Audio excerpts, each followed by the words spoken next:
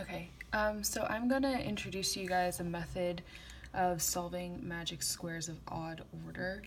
So what we mean by odd order is a square that has 3 by 3 where the number of columns and rows is odd.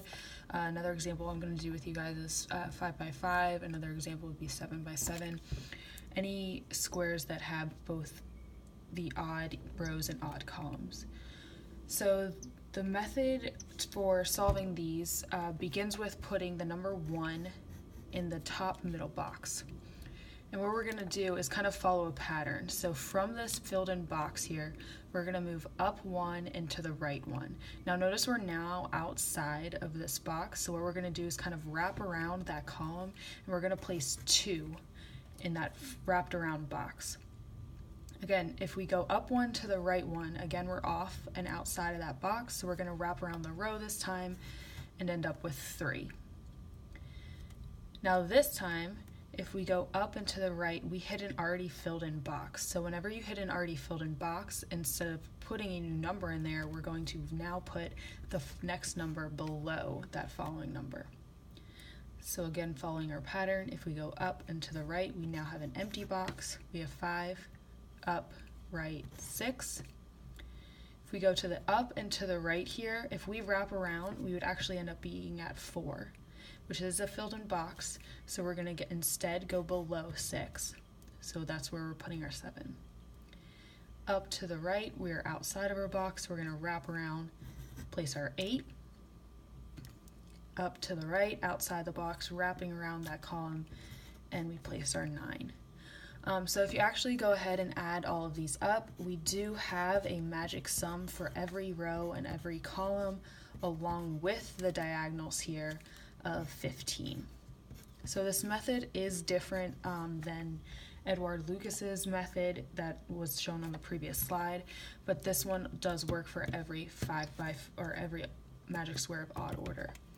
So for our next magic square we're looking at is the 5 by 5, again of odd order. Again, we're going to start with that 1 in the top middle box.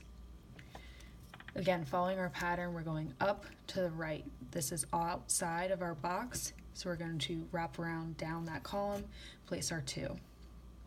Up to the right, 3. Up to the right, again, we're outside that box. We're going to wrap around here. We have 4. Up to the right, 5. Now when we go up to the right, we hit that 1 again, so we're now going to place our 6 below the 5. Same pattern, up to the right. Getting outside, I'm wrapping around. Outside my square, wrapping around. Hitting that filled in 6, placing the 11 below.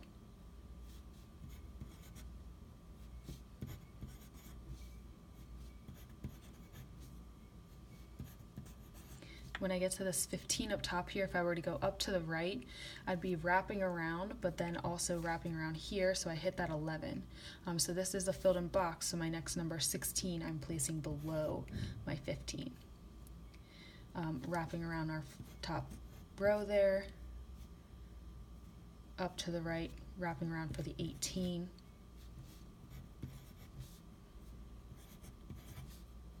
I hit that 16, so I'm putting the 21 below the 20.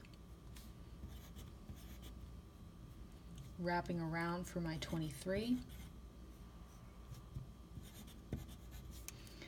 And then up 1 over 1, I wrap around to fill in my last box of 25. So this is how we would go ahead and fill in the numbers 1 through 25 in this magic square. If we go ahead and add up all of our rows, we do end up with a magic sum of 65 for all of those rows. With our diagonals here going one way, we get 65 again. All of our columns add up to 65.